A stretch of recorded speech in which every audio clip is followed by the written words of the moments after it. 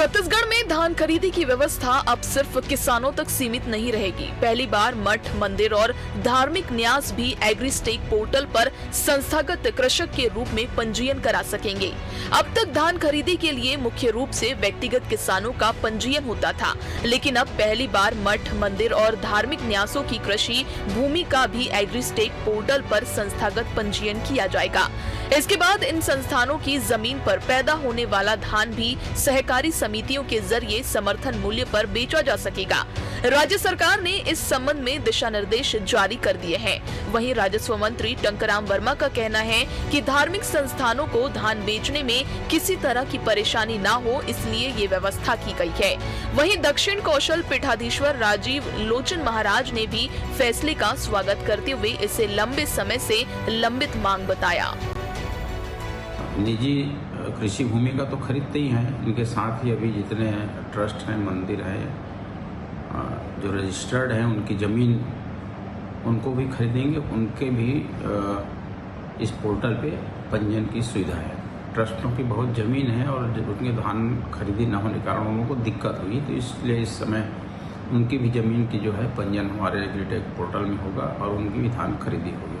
Chhattisgarh agree stake portal में हमारे मठ मंदिरों का डाटा लोड किया जाएगा और छत्तीसगढ़ सरकार जो 3100 रुपये कुंटल में धान खरीदती है, साथ ही साथ किसान उन्नयन के लिए जो अतिरिक्त राशियाँ, बोनस वगैरह फंड जो भी मिलता है, अब मठ मंदिरों को भी प्रदान किया जाएगा। इस विषय में हम लोग 15 दिन पहले माननीय मुख्यमंत्री जी से मिले थे और 15 दिन के अंदर ही उन्होंने ये निर्णय किया है। सरकार इसे किसानों और धार्मिक संस्थाओं के हित का फैसला बता रही है, लेकिन विपक्ष ने इस पर गंभीर सवाल खड़े कर दिए हैं। कांग्रेस का आरोप है कि पंजीयन के नाम पर सरकार मठ मंदिरों की जमीनों पर पूरा रिकॉर्ड अपने नियंत्रण में लेना चाहती है। पूर्व मंत्री डॉक्टर शिव डहरिया का कहना है कि पहले ऐसी कोई बाध्यता नहीं थी, ऐसे में इस बदलाव की मंशा पर सवाल उठना स्वाभाविक है। वहीं उप मुख्यमंत्री अरुण साव कांग्रेस के आरोपों को राजनीति से प्रेरित बताते हुए पलटवार कर रहे हैं। तो हमारी सरकार थी तो मठ मंदिरों की जो धान की खरीदी होती थी, अब उसको एग्रीस्टेक पंजीयन कराने की क्या आवश्यकता है? उसमें तो फिर बहुत सारे खातेदार मिलेंगे। तो ऐसा महसूस होता है कि छत्तीसगढ़ सरकार मठ मंदिरों के ज़मीनों का भी धीरे धीरे कुछ गड़बड़ करेगी, इस तरह का दिखता है, इसलिए एग्रीस्टेक पंजीयन की बात इनका भी कर रहे हैं। देखिए, राज्य में हमारी सरकार बनने के बाद धान खरीदी की व्यवस्था सुदृढ़ करने के लिए लगातार जो भी आवश्यक कदम है हमारी सरकार उठा रही है। किसानों को किसी तरह से दिक्कत ना हो, परेशानी ना हो, ये सुनिश्चित करने का काम लगातार हो रहा है। धान खरीदी की नीति पर छत्तीसगढ़ में पहले भी कई बार सियासत हुई है, लेकिन इस बार बहस का केंद्र किसान नहीं बल्कि मठ, मंदिर और धार्मिक न्यास है। सरकार इसे सुविधा, पारदर्शिता और संस्थागत व्यवस्था का कदम बता रही है, जबकि विपक्ष इसे धार्मिक संस्थाओं की जमीन पर सरकारी दखल की शुरुआत करार दे रहा है। ऐसे में बड़ा सवाल यही है कि क्या ये फैसला सिर्फ धान खरीदी को आसान बनाएगा या आने वाले दिनों में राजनीतिक और कानूनी विवाद का नया मुद्दा बनेगा। Bureau report, TV 24।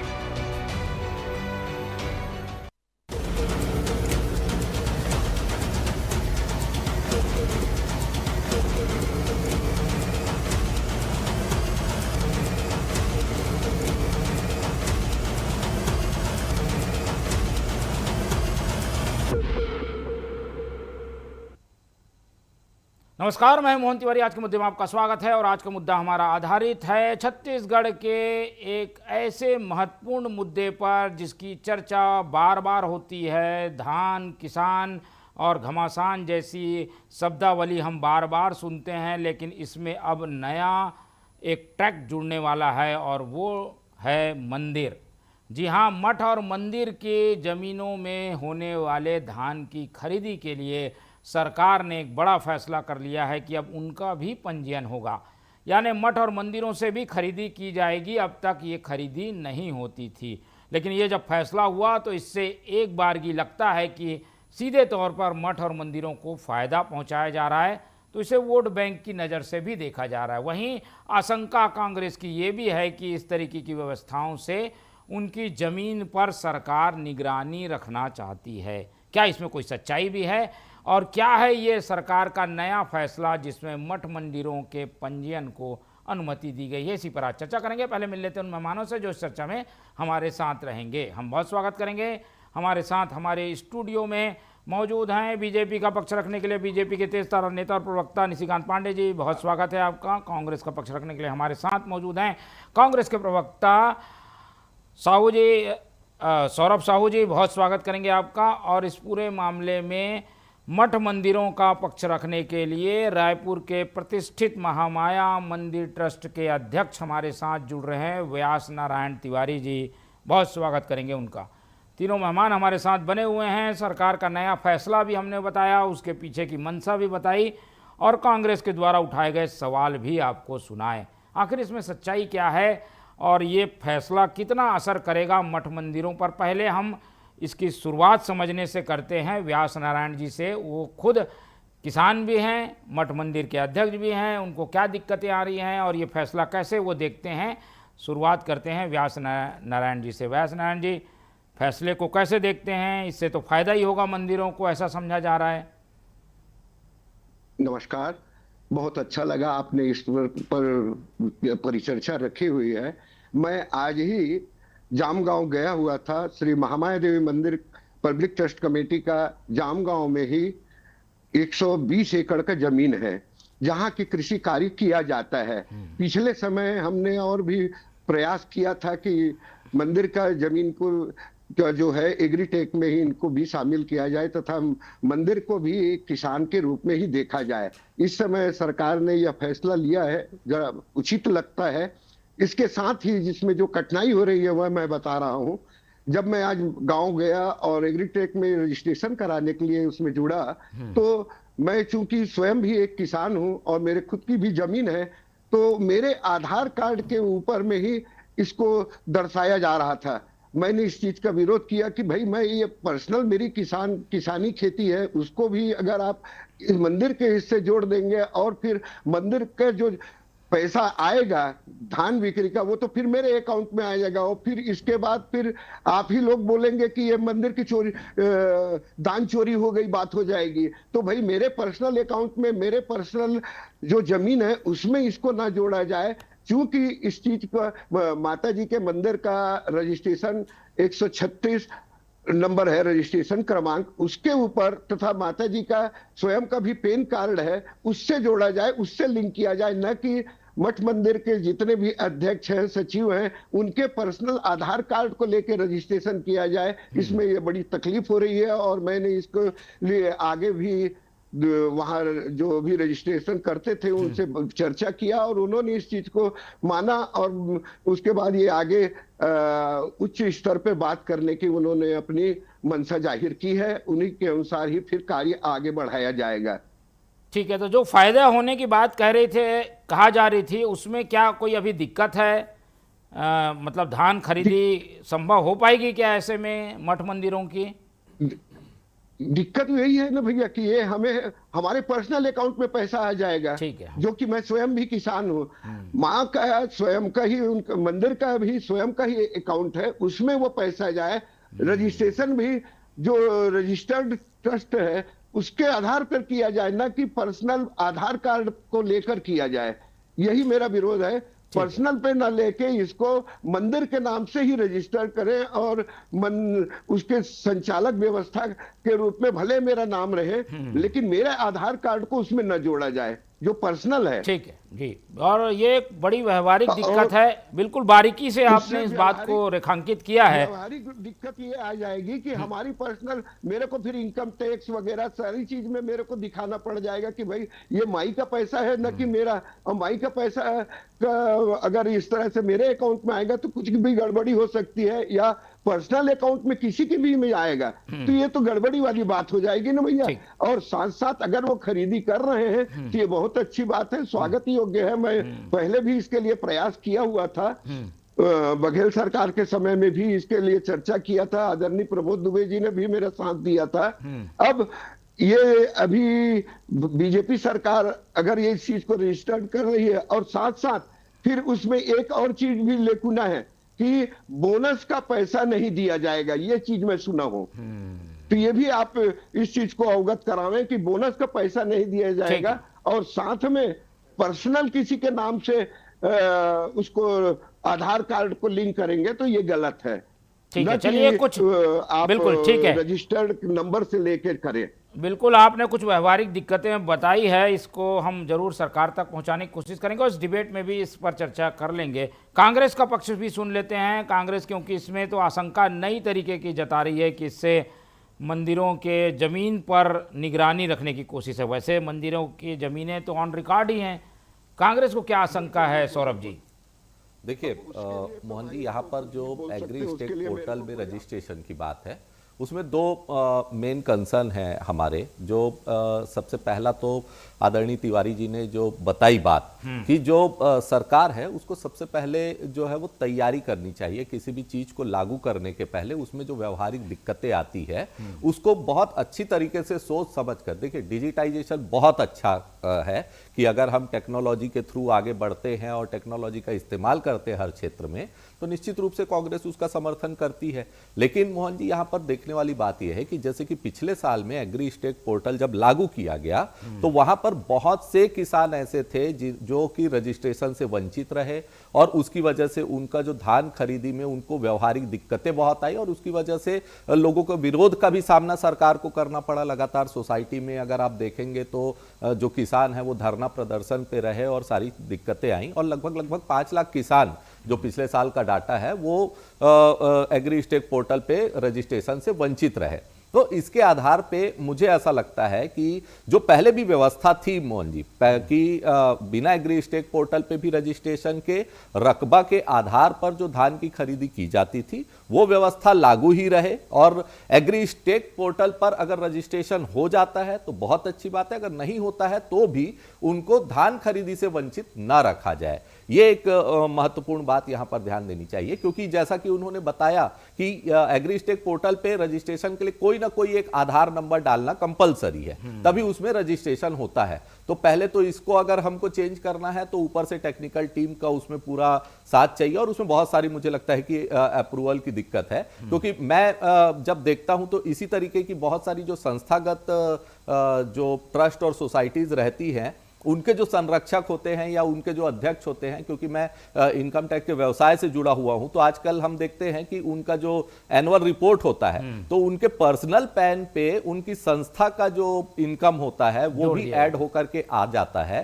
तो जो आदरणीय तिवारी जी ने जो बात कही वो बहुत व्यवहारिक बात है कि उनके पैन पे या उनके आधार पे पूरी की पूरी संस्था की इनकम दिखने लग जाती है और वो एक बहुत बड़ी इनकम दिख जाती है, जिसकी वजह से उनको इनकम टैक्स जीएसटी के नोटिसेस का भी सामना करना पड़ा है, ऐसा हमने देखा है। तो ये व्यवहारिक दिक्कत को सबसे पहले तो इनको दूर करना चाहिए मुझे लगता है। और उसके बाद फिर अगर धान खरीदी हो रही है तो मुझे लगता है कि ये अच्छी बात है और धान खरीदी मुझे लगता है कि पहले भी होती रही है। एग्री स्टेक पोर्टल, जैसा कि आदरणीय शिव कुमार डहरिया जी ने भी कहा कि पहले भी होती रही है बिना एग्री स्टेक पोर्टल के। नहीं, मंदिरों की जो जमीन है उसमें जो उगने वाला धान है उसकी खरीदी नहीं होती थी। मुझे लगता है कि जो आदरणीय डहरिया जी ने जो बोला कि उसकी अगर संस्था जो है वो चाहे तो हो सकती है, लेकिन उनके रकबे के आधार पर हो सकती है। तो एग्री स्टेक पोर्टल कंपलसरी ना किया जाए, रकबे के आधार पर भी उनको धान, जितना धान उगा एरिया में उगा है उतनी खरीदी कर ली जाए चाहिए, जो लिमिट है उसके आधार पर खरीदी कर लेनी चाहिए सरकार को, मुझे लगता है। ठीक है, चलिए ये कुछ सुझाव हैं, पर इसके पीछे की मंशा पर जो सवाल है वो सवाल मैं पूछ लेता हूं निशिकांत पांडे जी से। वोट बैंक पर नज़र है, एक ऐसे धार्मिक संस्थान जहां से बड़े लोग जुड़ते हैं, उनको फ़ायदा पहुंचाकर सरकार कहीं वोट बैंक को तो नहीं साधना चाहती? पांडे जी। मोहन जी, आपको, आदरणीय व्यास जी को और सौरभ साहू जी को संध्या जोहार। देखिए, वोट बैंक की मंशा नहीं है। 3100 रुपया एक मुश्त जब हमने कहा और डिलीवर किया तो इसमें वास्तविक एक जो समस्या आ रही थी मोहन जी कि फर्जीवाड़ा करके या दलाली का काम करके, क्योंकि हमारा छत्तीसगढ़ कई स्टेट के बॉर्डर से जुड़ता है, तो उधर जिस क्षेत्र से जुड़ता है, चाहे उड़ीसा हो, झारखंड हो, महाराष्ट्र हो, आंध्र प्रदेश हो, वहाँ ये भाव नहीं है। तो क्या करते हैं कि वहाँ के भी धान को यहाँ ला के मिला के बेचने का प्रयास किया जाता है। सिस्टम पारदर्शी हो और हमारे प्रदेश के किसानों को लाभ मिले, उसके लिए प्रदेश की सरकार ने और केंद्र की सरकार ने एग्री स्टेक पोर्टल जारी किया। अब जो सौरभ जी कह रहे थे कि 5 लाख किसान इसमें नहीं जुड़ पाए, 24,85,897 किसान जुड़े थे। पिछले साल जब हम धान खरीदी कर रहे थे तो उस समय 25,90,000 कुछ किसान थे। तो 5 लाख का आंकड़ा कहाँ से लाए, सौरभ जी बताएंगे। दूसरा, व्यास जी ने जो सब्जेक्ट उठाया बहुत महत्वपूर्ण सब्जेक्ट उठाया, लेकिन मेरी जो समझ कहती है कि मठ, मंदिर या ट्रस्ट एक इंडिविजुअल आइडेंटिटी के साथ आती है। उनका एक ट्रस्ट जो होता है उसका आधार कार्ड अलग होता है, व्यक्ति का आधार कार्ड अलग होगा। ट्रस्ट के रूप में जब वो यहाँ पे अगर सम्मिलित होते हैं एग्रीस्टेक पोर्टल में, तो जो पैसा जाएगा वो ट्रस्ट के अकाउंट में जाएगा, क्योंकि ट्रस्ट का अकाउंट होता है और सारी चीज़ें पहले से रजिस्टर्ड हैं। ये नहीं कि एग्रीस्टेक के लिए उनको रजिस्टर्ड करने की आवश्यकता है। तो कहीं ना कहीं हो सकता है व्यास जी का अपना अनुभव है, लेकिन हमारी सरकार का ये मानना है कि जब रिक्वेस्ट आई मठ से, मंदिरों से कि हमारी भी खेती की जमीन है जिसमें धान होता है, लेकिन हम उसको बेच ही नहीं पा रहे हैं क्योंकि हम रजिस्टर्ड नहीं है, उनको परमिशन भी नहीं था। तो सरकार ने सिर्फ परमिशन दिया है कि आप मठ का, मंदिर का या ट्रस्ट का अगर दान उस खेत में होता है तो उसको मतलब समर्थन मूल्य पे खरीदने के लिए सरकार स्वीकृति दे रही है। दूसरा महत्वपूर्ण विषय कि अगर सौरभ जी कह रहे हैं ऐसा कि जो डहरिया जी बात रख रहे थे, ऐसा इंटेंट नहीं है साहब।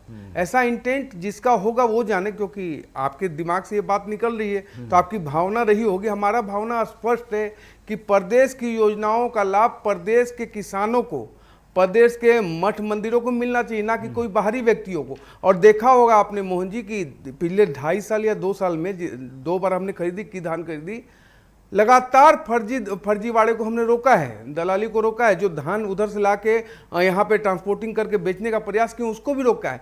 इसलिए एग्रीस्टेक पोर्टल को लाने का काम किया गया कि पारदर्शिता से हमारे सारे किसान इसमें सम्मिलित हो जाए। और दूसरा, जितने भी किसान हितैषी योजनाएं हैं, लाभ हैं, वो सीधा मतलब किसानों के हित में, अगर वो हमारे एग्रीस्टेक पोर्टल में जुड़े हुए हैं तो उनको कहीं कोई किंतु परंतु समस्या नहीं है, कहीं जाने की आवश्यकता नहीं है, सीधा उसका लाभ एग्रीस्टेक पोर्टल से उठा सकते हैं। यही तो हमारी स्पष्ट मंशा है, किसानों के हित के लिए लगातार प्रयास करना। अगर लेकिन ये जो व्यवहारिक दिक्कत बता रहे हैं पांडे तिवारी जी, वो भी तो है अपनी जगह। ऐसे में कौन करवाएगा पंजीयन? नहीं मोहन जी, मैं फिर से कह रहा हूँ, अभी इस पे बात की मैंने कि हर मठ, मंदिर, ट्रस्ट एक अलग आइडेंटिटी के साथ बैठा है।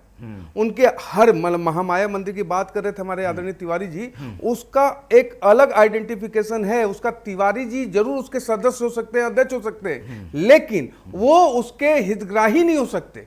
हितग्राही होगा जो उनका पैन कार्ड होगा, जो उसका आधार कार्ड होगा। तो स्वयं में महामाया ट्रस्ट रजिस्टर्ड है, तो यहाँ कोई किंतु परंतु नहीं है। फिर भी आपके सुझाव के लिए आदरणीय तिवारी जी, आपने जो सुझाव दिया है ये शासन स्तर पर हम भी रखेंगे। ऐसी कोई समस्या नहीं आने वाली और आपको सुविधा देने का प्रयास है। आप ही के रिक्वेस्ट पे, आप ही लोग की मांग थी। प्रदेश की सुशासन की सरकार आदरणीय विष्णुदेव साई जी के नेतृत्व में आपकी बात, तो आपकी मांग को रखा है, स्वीकार किया है, उस पर आगे बढ़ रहे। कहीं कोई दिक्कत होगी उसको रेक्टिफाई किया जाएगा। जोड़ रहे थे इसमें क्या टेक्निकल रूप से ये टेक्निकल रूप से इसमें मोहन जी ये है बात कि आधार जो होता है वो आधार ट्रस्ट का हो नहीं पाता है, और आधार आपके एग्रीस्टेक पोर्टल पे कंपलसरी है, क्योंकि आधार के लिए बायोमेट्रिक लगता है और संस्था का बायोमेट्रिक होता है। पैन कार्ड के आधार पे नहीं, आधार वहां कंपलसरी किया हुआ है मोहन जी, वही बात बता रहा हूं मैं। आधार कंपलसरी किया हुआ है। बिल्कुल सही कहा सौरभ साहू जी ने, और सीए भी है। आधी बात बता रहे, आधी नहीं बता रहे अपनी पार्टी की तरफ से। आधार जरूर एग्रीस्टेक पोर्टल का रिक्वायरमेंट है, लेकिन आधार जो है ट्रस्ट के अध्यक्ष का लगता है, अकाउंट ट्रस्ट का अध्यक्ष का नहीं लगता, अकाउंट लगता है ट्रस्ट का। ये बिल्कुल वो बाद में क्योंकि पैसा आएगा तो आपके वो ट्रस्ट के अकाउंट में आएगा। हाँ, नहीं आएगा जरूर ट्रस्ट के अकाउंट में, हाँ, लेकिन पर वो इनकम टैक्स में नहीं जुड़ के दिखेगा। संभव ही नहीं है, क्योंकि ट्रस्ट जमीन धान को बेचेगा। अध्यक्ष तो वो एक कुर्सी है, एक पद है, व्यक्ति वहां पे बैठा है, इसलिए उसका आधार कार्ड लगता है। आदरणीय व्यास तिवारी से पूछिए, मैं जो बात कह रहा हूँ सही कह रहा हूँ कि नहीं, क्योंकि सीए भाई जानबूझ के आधा गोलगप्पा कर रहे हैं। जानबूझ के वाली बात नहीं है। मैं जो व्यवहारिक रूप से जो आती है, जो मेरे देखने में आती है मोहन जी, मैं उस बात को बता रहा हूं कि जब AIS एक रिपोर्ट निकलती है, एनुअल इंफॉर्मेशन स्टेटमेंट, वो आधार कार्ड से लिंक होता है। आधार कार्ड और पैन कार्ड चूंकि लिंक्ड है, इसलिए वो ऑटोमेटिकली उस रिपोर्ट को पकड़ करके ले आता है और फिर उसमें से मैनुअली हमको आइडेंटिफाई करना पड़ता है कि कौन सी संस्था का है इनकम और कौन सी इंडिविजुअल इनकम है। ठीक है, चलिए इसमें कुछ व्यवहारिक दिक्कत दिखती है, इसको कैसे आप लोगों का केवल आधार हटा दिया जाए तो योजना काफी अच्छी है। इसमें बिल्कुल बोलिए, इसमें आपका क्या इसमें मत है? मेरा वही मतलब है भैया कि हमारा जो पर्सनल आधार कार्ड है उसको आप उससे लिंक कर देंगे, और साथ में हमारा भी जो पुरानी जमीन, हमारी खुद की कृषि जमीन है, वो तो ऑलरेडी है ही है, तो ये भी दिखने लग रहा है। तो इसीलिए मेरा ये रिक्वेस्ट है कि रजिस्ट्रेशन जो आप कर रहे हैं वो रजिस्टर्ड ट्रस्ट के नाम से कीजिए, जो उसका नंबर पे लेके, और उसका फिर उसके बाद संचालन कर्ता के रूप में भले हमारे आधार को जोड़े आप। ठीक है, चलिए। ये जो आशंका जता रही है कांग्रेस की, इससे जमीन की मैपिंग हो जाएगी, एक तरीके से जमीन पर नियंत्रण की कोशिश है सरकार की, ये भी संभव दिखता है क्या आपको? ये तो खैर अलग चीज है, इसके लिए मैं कुछ नहीं बोल सकता, क्योंकि सरकार के पास सारी जमीन की रिकॉर्ड है ऑलरेडी। हमारा कितना भी बीघा जमीन है, कितना एकड़ में जमीन है, क्या है रकबा, खतौनी, सब चीज तो हो चुका है। तो सरकार को तो ऐसी ऑलरेडी सब मालूम है कि मंदिर की कितनी जमीन है, किसान की कितनी जमीन है, और अन्य लोगों की कितनी जमीन है, वो तो सभी को सब मालूम रहता है कि किसी स्कूल का जमीन है कितना है। ये सब चीजें तो सरकार के पास ऑलरेडी रिकॉर्डेड है। ठीक है, चलिए। मंशा जो है वो सही है, इसमें कुछ खामियां जरूर हो सकती हैं योजनाओं में, पांडे जी इसे दूर करने की जरूरत है। नहीं, मैं पुनः स्पष्ट कर रहा हूँ आदरणीय व्यास जी और सौरभ जी को कि जरूर आधार प्रेसिडेंट का लगेगा, लेकिन जो फंड आएगा वो ट्रस्ट के अकाउंट में आएगा, तो आपका इनकम वो दिखेगा नहीं, ये तय बात है। दूसरा, जो आपने कहा कि मतलब ये सौरभ साहू जी कह रहे हैं कि जमीन पे नजर है, एक कानून में एक चीज लिखा हुआ है, आप शायद पढ़े होंगे तो, कि सारी भूमि राज्य सरकार की है, राज्य सरकार को सभी चीज पता है। आप ये हाँ, बेनामी संपत्ति का आंकड़ा थोड़ा सा देर से मिलता है या दूर से मिलता है, बाकी सभी जानकारी, क्योंकि आप रजिस्ट्री कराते हैं तो किसके पास कराते हैं? पंजीकर्ता कौन है? सरकारी है। महत्वपूर्ण विषय ये है कि जानबूझ के भ्रम और गुमराह करने की राजनीति कांग्रेस पार्टी कर रही, वो भी इसमें, क्योंकि अभी व्यास जी ने कहा कि भूपेश बघेल जी की जब सरकार थी तब भी वो प्रमोद दुबे जी के माध्यम से ये प्रयास किए थे और सैद्धांतिक सहमति उन्होंने भी दिया था, लेकिन वो नहीं कर पाए। आज कांग्रेस पार्टी उसी बात को जो नहीं कर पाए और करना चाहते थे, हमने कर दिया, उस पर भी दोषारोपण कर रहे हैं। इंटेंट गलत नहीं है, हमारा प्रयास है कि कोई भी फर्जीवाड़ा ना हो, कोई भी दलाल इसमें आके अपना हित ना साध ले, इसलिए एग्रीस्टेक पोर्टल का उपयोग करके किसानों को पंजीकृत किया जा रहा है, जिससे उनको जितना लाभ दिया जा सके सीधा हमारे प्रदेश के किसानों को मिले। ठीक है सौरभ जी, देखिए व्यवहारिक दिक्कत की जो बात निशिकांत जी कर रहे थे, उसमें सबसे महत्वपूर्ण बात तो यह है कि ये चाहते हैं कि प्रदेश के किसानों को लाभ मिले, तो फिर वनाधिकार पट्टा वाली जो बात है, उसमें जो भूमि थी, उसमें जो धान उग रहा है, उसको क्यों बाहर रखा गया?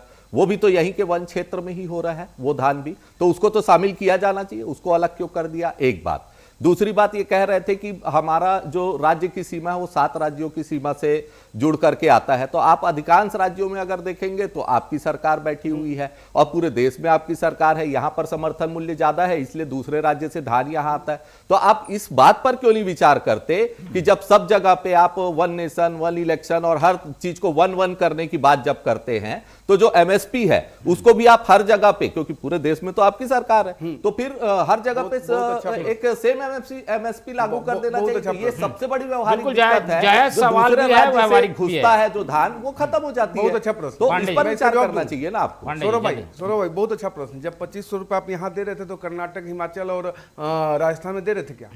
निश्चित मेरा प्रयास कर रहे थे, और 2500 रुपए में 2500 रुपए की बात की असली कहानी मैं बता देता हूँ।